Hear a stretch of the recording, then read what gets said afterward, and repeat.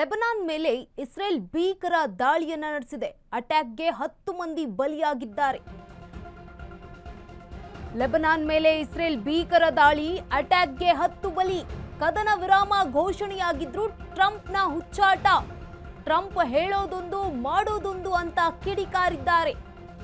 ಮಧ್ಯಪ್ರಾಚ್ಯದಲ್ಲಿ ಉದ್ವಿಗ್ನ ಪರಿಸ್ಥಿತಿ. ಲೆಬನಾನ್ ಹಿಡಿಶಾಪ ಹಾಕಿದೆ. ದಕ್ಷಿಣ ಲೆಬನಾನ್ನ ಹಲವು ಪ್ರದೇಶಗಳಲ್ಲಿ ಇಸ್ರೇಲ್ ದಾಳಿ ನಡೆಸಿದೆ. ಲೆಬನಾನ್ನ ಹಲವು ಗ್ರಾಮಗಳ ಮೇಲೆ ಈಗ ದಾಳಿ ನಡೆಸಿದ್ದಾರೆ. ಗಂಭೀರ ಗಾಯಗೊಂಡವರಿಗೆ ಸ್ಥಳೀಯ ಆಸ್ಪತ್ರೆಯಲ್ಲಿ ಚಿಕಿತ್ಸೆ ನೀಡಲಾಗ್ತಾ ಇದೆ. ಇಸ್ರೇಲ್ ದಾಳಿಗೆ ಪ್ರತಿಯಾಗಿ ಹಿಜ್ಬುಲ್ಲಾ ಸೇನೆ ಕೂಡ ಟ್ರಿಗರ್ಗೊಂಡಿದೆ.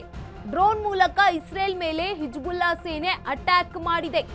ಇಸ್ರೇಲ್ ಸೈನ್ಯದ 2 ಯೋಧರಿಗೆ ಈಗ ಗಂಭೀರ ಗಾಯ ಆಗಿದೆ.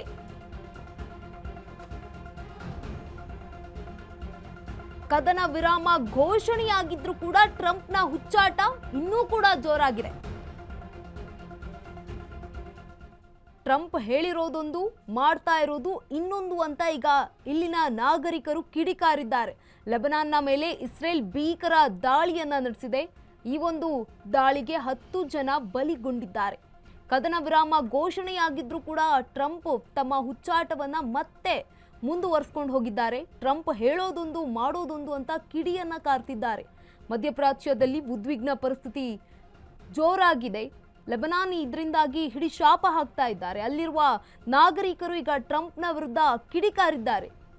ಇಸ್ರೇಲ್ನ ದಾಳಿಗೆ ಈಗ ಪ್ರತಿದಾಳಿಯಾಗಿ ಹಿಜ್ಬುಲ್ಲಾ ಸೇನೆ ಕೂಡ ಟ್ರಿಗರ್ಗೊಂಡಿದೆ. ಡ್ರೋನ್ ಮೂಲಕ ಇಸ್ರೇಲ್ ಮೇಲೆ ಹಿಜ್ಬುಲ್ಲಾ ಸೇನೆ ಅಟ್ಯಾಕ್ ಮಾಡಿದೆ.